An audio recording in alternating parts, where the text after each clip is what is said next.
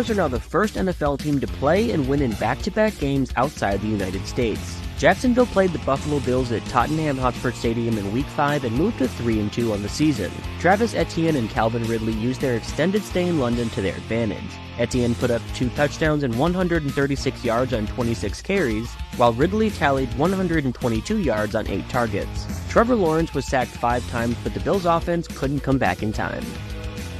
The Saints steamrolled the Patriots and held them scoreless the entire game. Mac Jones' struggled continued in Week 5, and by the fourth quarter, Bill Belichick had enough and pulled Jones. The Saints scored in every quarter of the game and almost doubled in net yards, tripled in rushing yards, and held New England to just 1-14 on third down.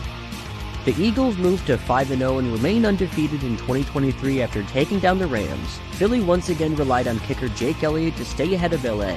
A.J. Brown and Dallas Goedert combined for 244 receiving yards on 17 combined targets. Patrick Mahomes looked more like the Patrick Mahomes the league has known in recent years in Casey's win over the Vikings. It was still, however, a subpar performance from Kansas City against the now 1-4 Vikings. The Chiefs were able to hold off Kirk Cousins' final potential game-time drive to get the victory. Jared Goff and the Lions moved to 4-1 on the year after taking down the Panthers. Goff threw for 3 touchdowns and ran one in himself. David Montgomery and Craig Reynolds also scored rushing TDs to give Detroit 6 total for the day.